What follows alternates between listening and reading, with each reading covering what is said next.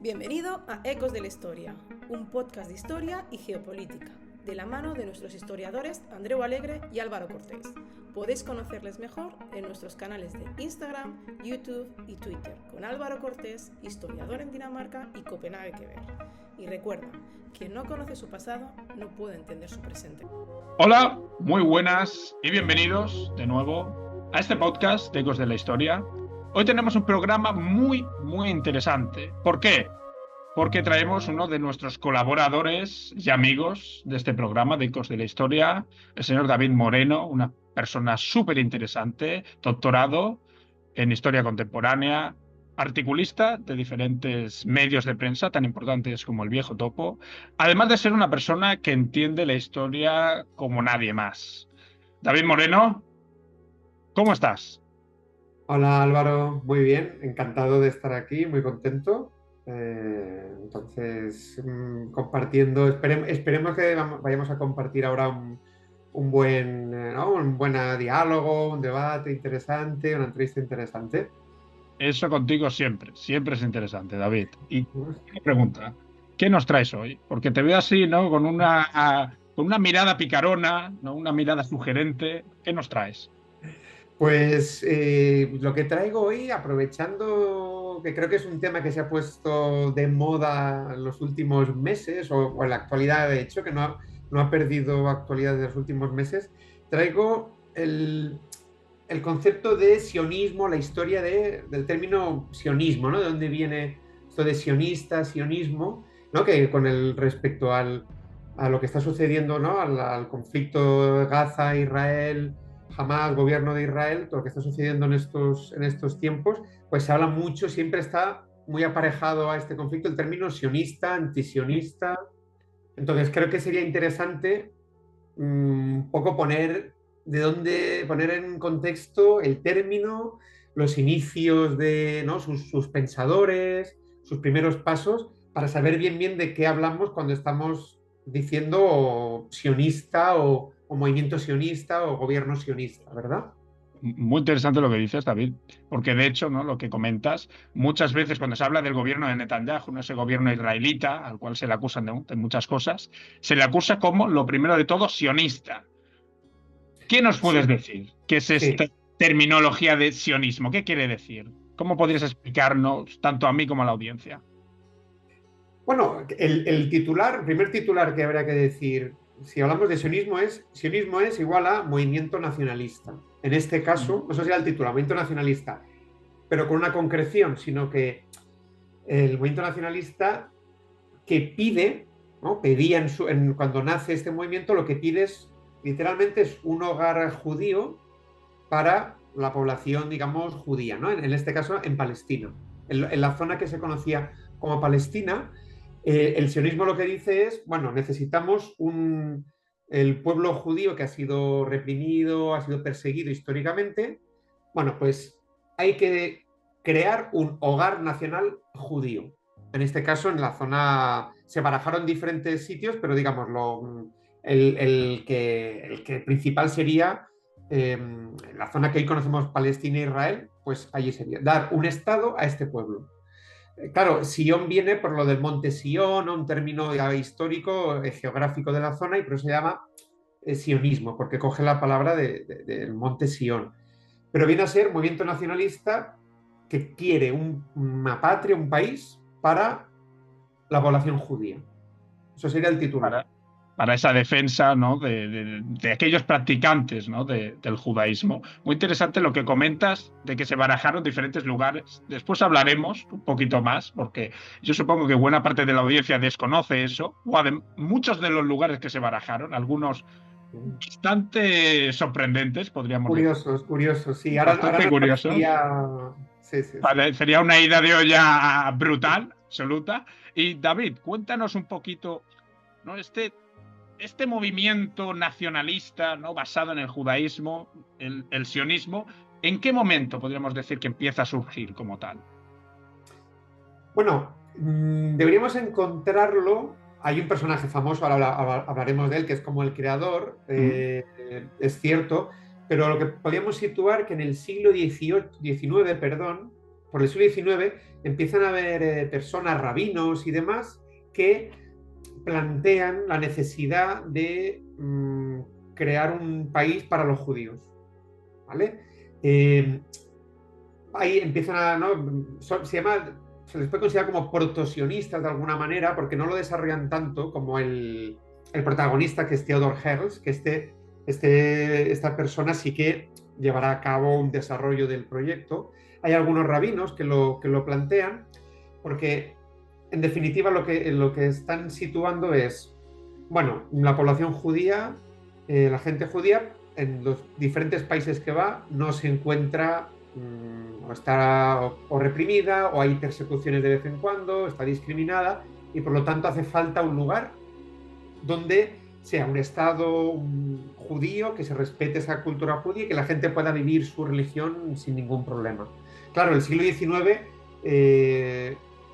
contiene pogromos en Europa del Este, ¿no? Persecuciones, discriminaciones, y por lo tanto hay población judía que dice, bueno, pues necesitamos un hogar nuestro, únicamente nuestro, para vivir tranquilamente y sin ningún tipo de discriminación, ¿vale? Podríamos resumir que habrían como dos tendencias en esa época. Una era asimilacionista, es decir, había gente judía que decía, bueno, pues yo vivo en el Imperio Austrohúngaro, vivo en Francia, da igual, cualquier país, y yo desarrollo aquí mi vida, también mi religión, pero yo, digamos, me asimilo en el sentido de yo soy, pues, francés, tal, ¿no? Como primer elemento, puedo ser francés, el italiano. elemento patriótico, ¿no? Nacional, sí, desde el punto de vista más político. Sí, de Estado-nación. Yo soy judío, pero en estos países donde, aunque haya una mayoría cristiana, yo me siento eminentemente francés o italiano, ¿no? De mi Estado. Yo practico y no podemos asimilarnos, podemos vivir perfectamente. Lo que habrá, el sionismo, lo que plantea este movimiento, la gente que defiende que no es posible, no es posible esta integración porque nos discriminan, nos atacan, tenemos que crear una patria solamente para los judíos. Entonces podemos decir que esto se desarrolla en el siglo XIX con algunos teóricos, pero quien lo planteará más será Theodor Herzl a finales ya del siglo XIX. Sí.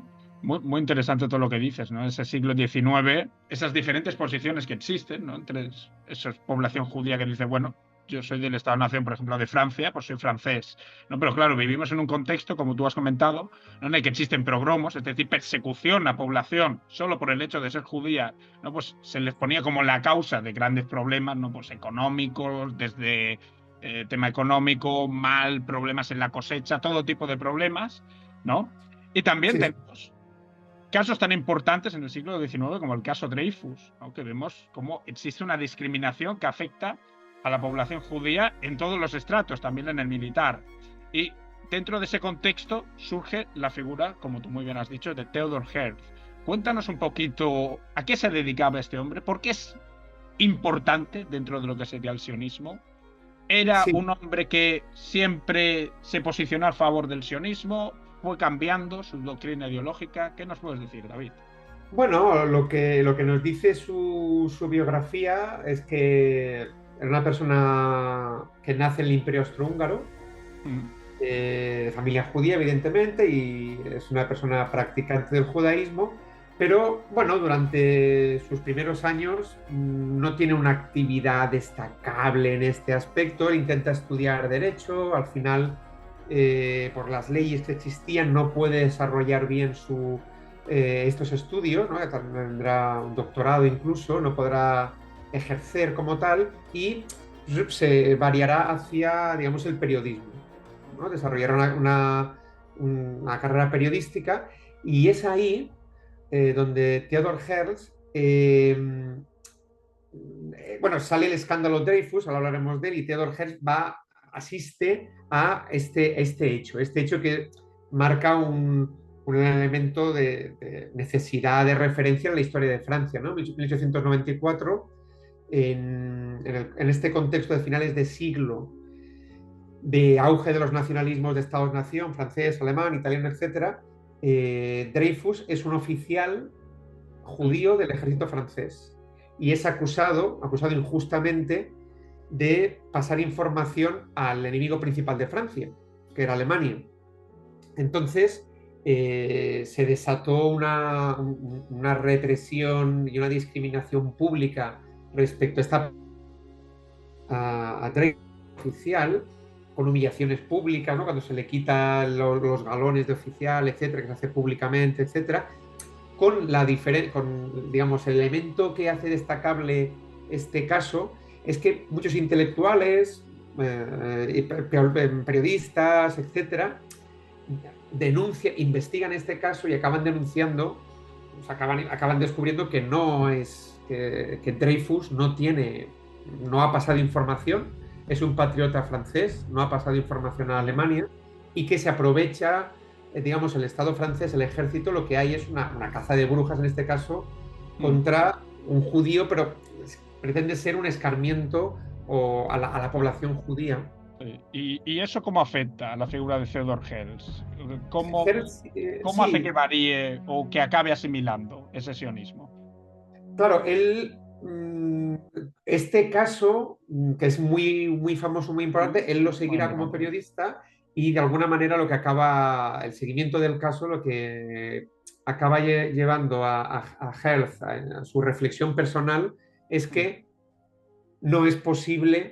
realmente no es posible que la población judía pueda vivir libremente, en igualdad, en Europa en este caso, ¿no? Que la población judía necesita un propio Estado, un hogar nacional judío, ¿no? Que este caso Dreyfus, es otro caso más, ¿no? Importante, en el que se puede comprobar que hay una discriminación que vive en estas sociedades de mayoría cristiana, católica, y que por lo tanto es necesario buscar un hogar nacional judío. Y después de este hecho, Herzl se embarca en el activismo político para construir este movimiento sionista que empiece a organizar, empiece a potenciar a la población judía que vive en Europa, otros países, para buscar una patria judía, y en este caso ir hacia Israel, sobre todo.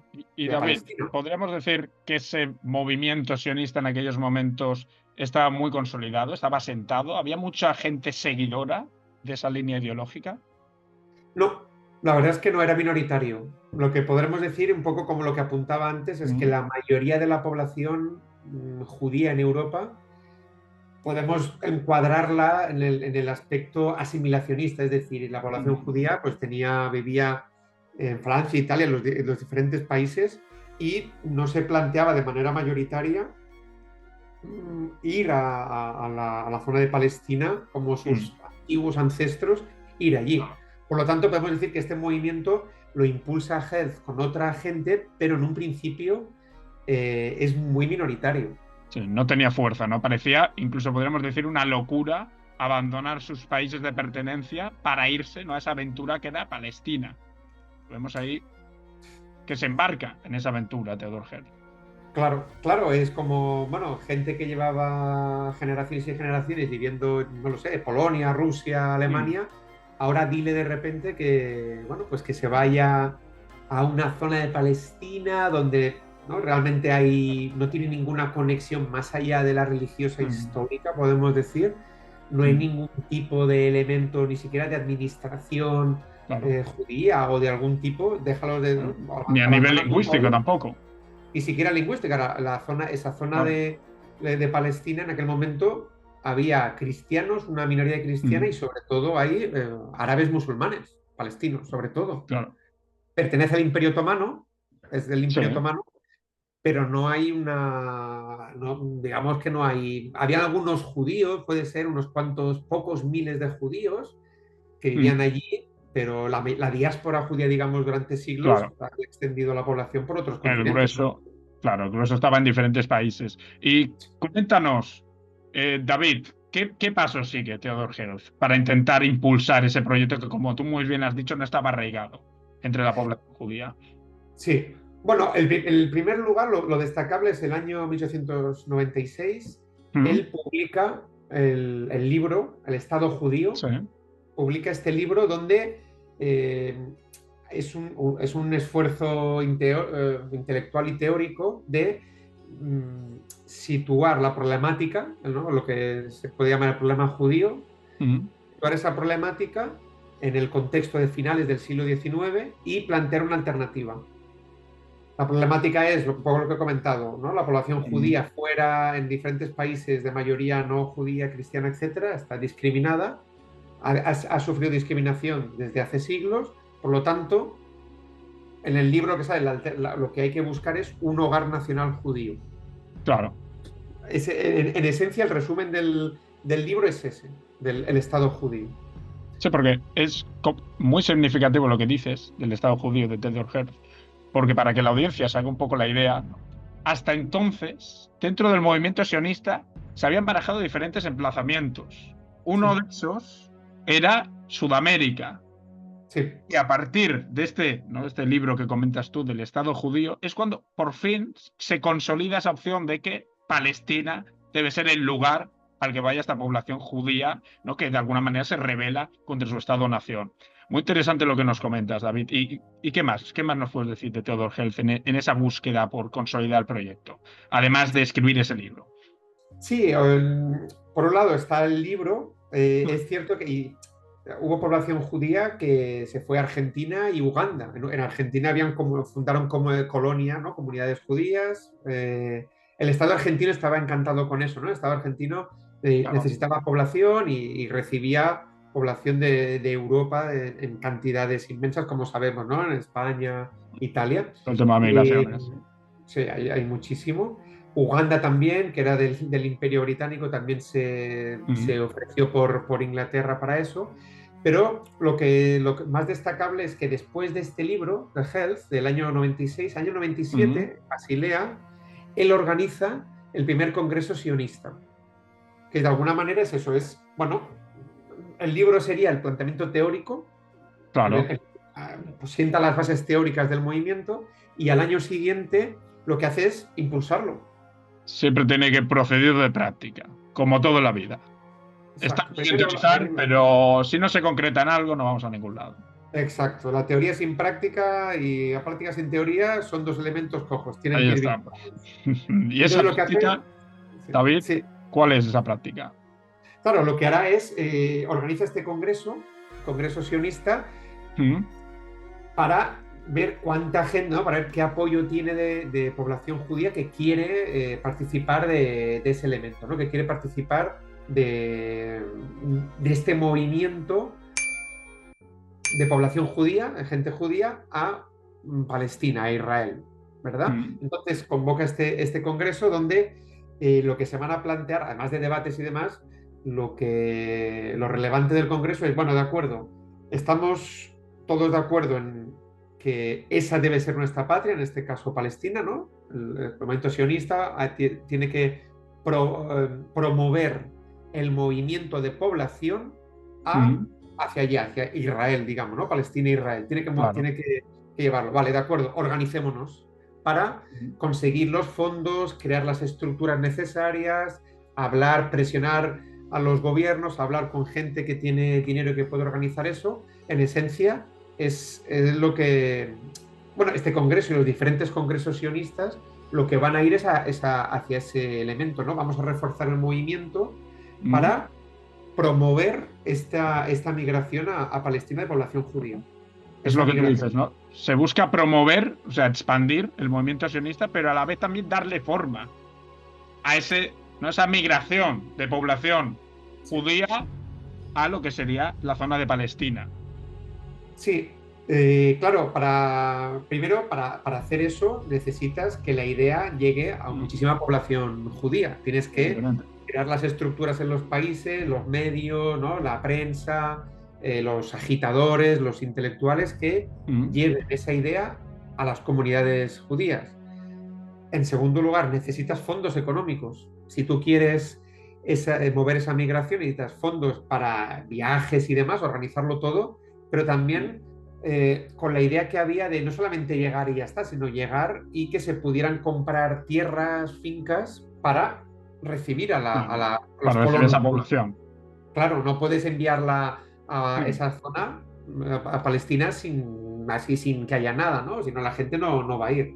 Entonces, todos esos fondos se tenían que pues, llamar a gente, ¿no? Gente rica, importante, judía, gente... ¿Alguna familia especialmente Sí, importante que se viera involucrada en ese acto? hay varias. La que tenemos que destacar son los Rothschild, ¿no? La familia de banqueros judía más importante, ¿no? Personas más ricas del mundo de aquel momento. Que en un primer momento este tema no, bueno, estarán un poco alejados, pero Sí. al poco tiempo, al ver que coge fuerza el movimiento, participarán enviando, ¿no? Donando sumas económicas muy importantes, que eso permitía, pues exactamente, ¿no? Que miles de personas pudieran comprar tierras allí. Comprar esas tierras, ¿no? Impulsar ese traslado de población. Sí, a ver, sobre este tema hay una frase histórica, un mito, ¿no? Todas las naciones se basan en mitos. Siempre. Y yo creo que uno nace aquí, que era, bueno, pues una tierra sin gente, ¿no? Una tierra sin pueblo para un pueblo sin tierra. Es lo que, ¿no? Algunos de los fundadores del Estado de Israel hablarán en estos términos. Claro, el problema es que la población judía que va a Palestina va a una tierra que sí tiene habitantes, que tiene los palestinos. Significativo.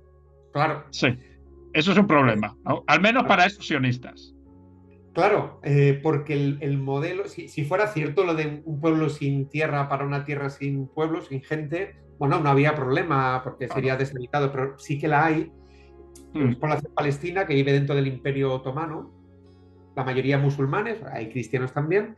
Y claro, la población judía, mucha llega con una capacidad económica para comprar estas tierras y demás por este movimiento sionista que lo que hace es que en pocos años se hacen propietarios de muchas parcelas que les son vendidas por los propios palestinos de allí o por la propia gente del Imperio Otomano que manda allí, pues la población judía lo puede comprar, ¿verdad? Pero, claro, el movimiento sionista lo que plantea es que esta tierra y el trabajo y las unidades productivas que se crean son para población judía, únicamente. Claro. Es únicamente restrictivo. Sí. Se ve esa influencia, ¿no? Como tú decías, de ese nacionalismo. En este caso, ¿no? Pues alrededor de esas personas practicantes del judaísmo. Y todos sabemos que el judaísmo pues, es una religión que tiene mucho que ver también con la línea sanguínea, una religión en la cual no todo el mundo puede ser judío, ¿no, David? Por lo tanto, si tú y yo algún día nos animamos a abrazar la fe de Jehová, lo tenemos difícil. Lo tenemos difícil, viene sobre todo, ¿no? por parte de materna, parte de madre. Claro, sí. Y este movimiento nacionalista judío lo que plantea es vamos a reforzar la población, ¿no? Las comunidades judías allí. Sí. Entonces, todo este nivel económico sirve para la compra de tierras pero una compra de tierras es para trabajadores judíos exclusivamente, y a la vez el movimiento sionista lo que también hace de manera muy inteligente es presionar, insistir en gobiernos, el inglés, el alemán, ¿no? Se reúne con claro. Los dirigentes máximos del segundo Reich alemán, de Inglaterra, del Imperio Otomano, presionarles para que apoyen ese movimiento, para que le den apoyo diplomático. ¿Recibieron ese apoyo diplomático por parte de esas diferentes potencias? Bueno, en un principio no de manera destacada. El tema está, el salto cualitativo está en el contexto de la Primera Guerra Mundial. Ahí sí. ¿No? Sí. La famosa declaración Balfour. Ahí estamos. El año 17, después de ya años de esta migración judía y de las presiones y negociaciones de sectores judíos, en este caso en el Reino Unido, el gobierno declara que va a apoyar el establecimiento de la población judía en esa zona de Palestina. Podríamos decir, ¿no?, que es como ya el respaldo por parte de una potencia, la primera potencia a nivel mundial en aquella época, Gran Bretaña, el respaldo oficial a ese Estado de Israel, el cual, sin embargo, ¿no, David? Vemos que se demora en su construcción. ¿Cuándo podríamos empezar ya a hablar de ese reconocimiento ya a nivel internacional y esa consolidación y creación del Estado de Israel? La creación como tal sería en el año 48. Sería en el año 48. El año 48. 1948, ¿no? Para la audiencia, que lo ubica un poco 1900, dentro de esa consecuencia de la Segunda Guerra Mundial. Claro, después de la Segunda Guerra Mundial, la población judía en Palestina ha crecido muchísimo. Hablamos de más de medio millón de personas han llegado allí. Más o menos habría 1,5 millones de musulmanes, más o menos, en esa zona. Y claro, ¿qué sucede? Después de la Primera Guerra Mundial, la zona de Palestina está bajo mandato británico.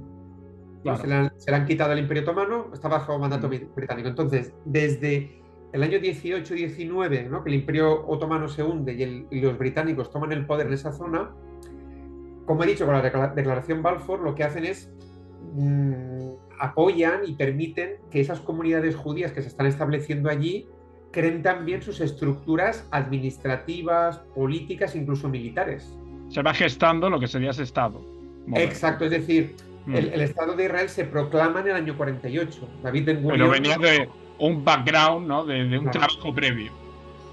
Claro, viene de las primeras migraciones potentes del finales del siglo XIX y principios del XX, las llamadas Aliyah, que se llaman esas migraciones, pero sobre todo después de la Declaración Balfour y después del fin del Imperio Otomano con el mandato británico, lo que hay es un inicio de construcción del protoestado de Israel, que en el año 48 pues se proclamará.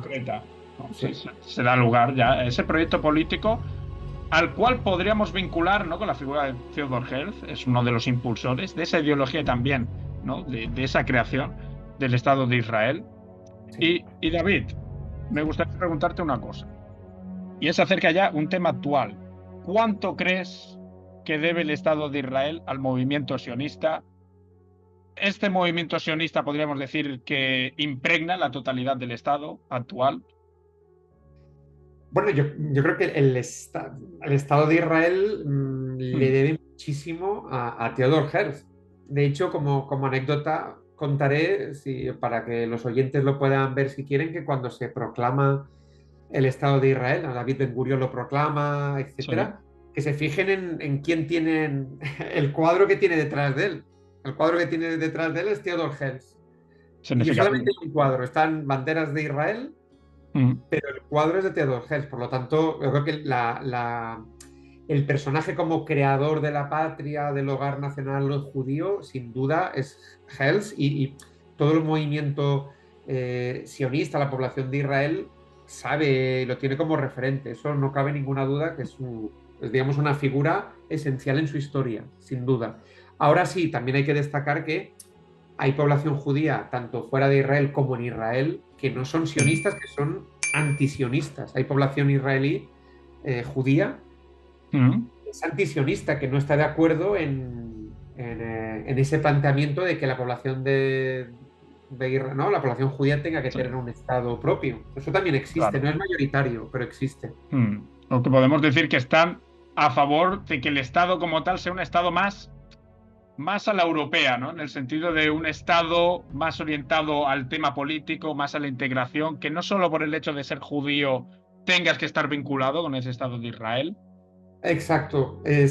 Hay diferentes interpretaciones, pero claro, es que hay población que es musulmana, que es cristiana, etcétera, y hay personas judías que pues pueden ser antisionistas y decir, no estamos de acuerdo en que este elemento, ¿no? Que este planteamiento relativamente moderno que planteó Herzl tenga que aplicarse. ¿Por qué no otro tipo de Estado, en este caso que pueda ser secular o que no tenga que tener esta vinculación? Esa vinculación histórica.